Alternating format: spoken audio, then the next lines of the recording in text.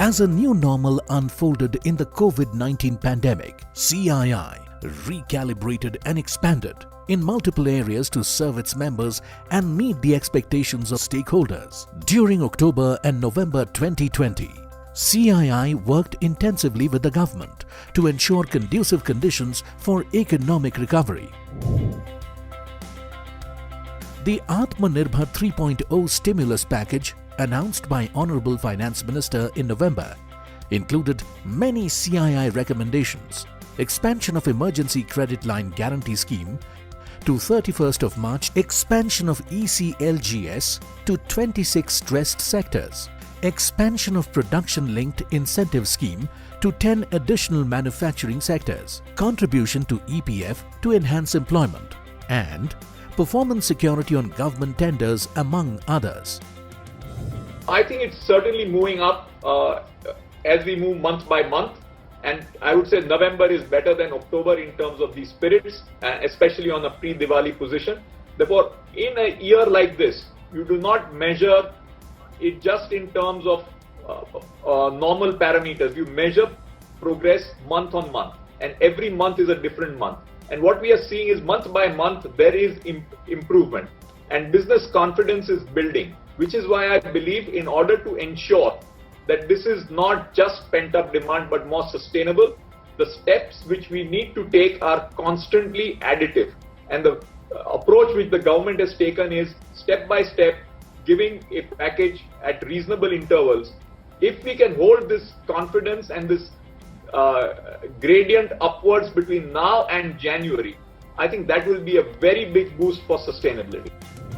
Prioritizing the policy framework, CII provided key recommendations based on inputs from members continuously to the government. Macroeconomic recommendations in the last 2 months focused on demand revival and boosting investments, emphasizing stability and job creation. 3 codes on labour reforms were passed in Parliament, and CII worked intensively on the rules being framed. A separate task force was created for submitting recommendations or rules under the Industrial Relations and Occupational Health Safety and Working Conditions Code 2020. CII submitted recommendations on sector-specific Model Standing Order under the Industrial Relations Code 2020. Drafting the pre-budget memorandum with inputs from members, CII suggested a prudent approach to debt sustainability, increased government spending in targeted sectors such as infrastructure and investments in health and housing, among others. On taxation, CII came out with procedural issues for better compliance. The government extended dates of tax filing and other requirements to give industry time to adjust to the COVID situation in accordance with CII recommendations. For many sectors, CII continued intensive interactions on policy and helped businesses adjust to the new normal. Multiple sectoral recommendations were made in the last 2 months on sectors such as textiles and apparel, steel, health insurance, media and entertainment, agriculture, manufacturing, defense and others to ensure speedy recovery. With a focus on knowledge, policy submissions and interactions continued internationally at a high pace during October and November. The reforms we have undertaken in domains like labour, agriculture and education, when combined with making it easier to do business, to create startups and to promote skilling, will lead to much broader and smoother pathways for international collaboration.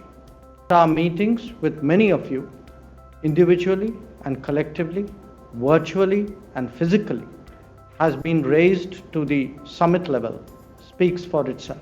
And I appreciate the efforts of Team CII.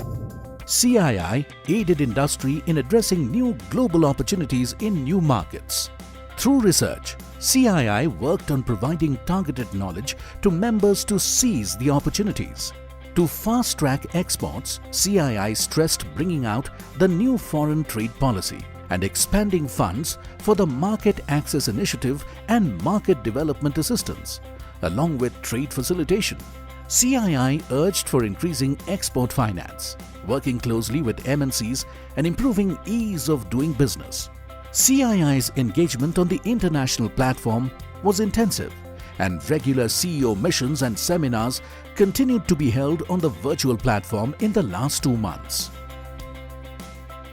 The new normal has provided the world with an opportunity to digitally transform and reap the benefits of using digital platforms for CII's regular work areas.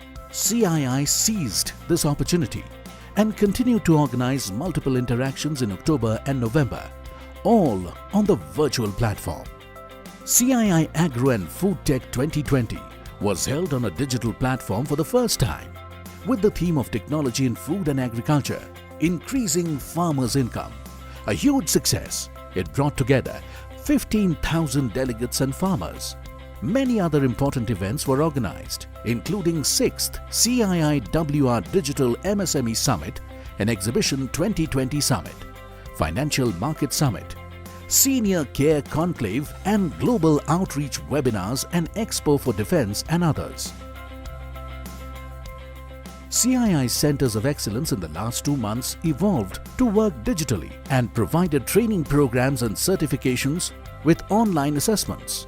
The CII Institute of Quality undertook continuous upgradation of services in line with current scenario, focusing on cost reduction and productivity enhancement techniques, and expansion of business excellence and TPM in the healthcare sector.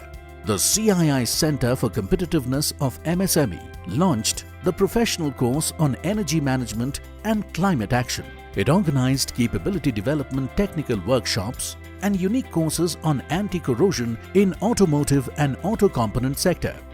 The Center for Manufacturing Excellence held training programs and accelerated the health and safety movement through workshops and awareness building sessions during COVID period. The CII Institute of Logistics worked on training programs and thought leadership. The 4th Marketing Leadership Summit was held by the CII Center on Leadership, and it continued to steer HR issues. The CII Center of Excellence on Sustainable Development remained a leader even during COVID times. It took forward integrated sustainability reporting, health and safety management systems, and climate change issues. Thought sessions were held on circular economy and clean air. The CII Green Business Center set new benchmarks through the Green Building Congress. It launched several new initiatives such as IGBC Green Healthcare Facilities Rating System, IGBC Green Logistics Parks and Warehouses Rating System, and IGBC Net Zero Water Rating System. I'm happy to note that this year, 2020, marks 125 years of CII's contribution to the industry and the nation.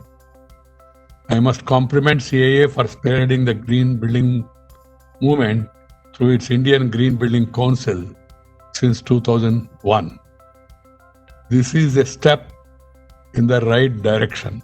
The CII Water Institute was one of the 3 organizations authorized by the Ministry of Jal Shakti for certifying water auditors. It also continued with regular activities with 16 water scan projects, watershed assessment, water audits and water pinch analysis. The Food and Agriculture Center of Excellence made policy recommendations for reducing import duties on fruit pulp, brood stock and larval feed. It also recommended lowering power tariffs for fisheries and agriculture. CII's focus on technology has intensified in the COVID era, accelerating in October and November. Several major events were organized to help Indian industry expand their digital horizons and enhance capability in the new normal. CII's interventions for the community touched many lives despite the pandemic situation. Initiatives on healthcare and education were emphasized during October and November, which received high participation. CII Foundation's crop residue management program expanded from 105 to 200 villages in 7 districts of Punjab and Haryana, helping to work on air quality in the northern region of India. For this exemplary initiative, CII Foundation was awarded the prestigious UN Sustainable Development Goals Action Awards 2020 by the UNDP. CII's regional offices work to enhance grassroots connectivity and build networks with summits, webinars, training programs and projects. Digital services for members were expanded, and many webinars and masterclasses helped in adjusting to the new normal during October and November. CII Gecko is CII's online academy to provide training by industry for professionals and industry members. The CII Industry Insight series was launched. EmpTech 2020, a 2-week-long virtual exposition and series of master classes covering various business solutions for Indian industry, was also launched to enable enterprises to select appropriate technologies for their use. CII's social media channels reached out to the public in general with information on CII's initiatives during COVID-19. In its 125th year, working towards industry resilience and business continuity, while expanding opportunities and engaging with all stakeholders, CII's partnership with India's development is on a high trajectory. I think clearly we need to be, there are many areas, and I think Shri, we can have one full session on this, but the key issues are, what are we doing out of the box to take care of our structural fiscal challenges? We have many areas to increase our fiscal spend. For example, India needs to dramatically increase its spend on defense. India needs to dramatically increase its spend, as we have discussed, on healthcare, infrastructure, education, sustainability. And how are we going to think out of the box for the resources for this? There is massive amount of land, gold, assets which belong to India, Indians and the state. What are the out of the box things which we can think about on the economic front? And the time, I think, is bold and now.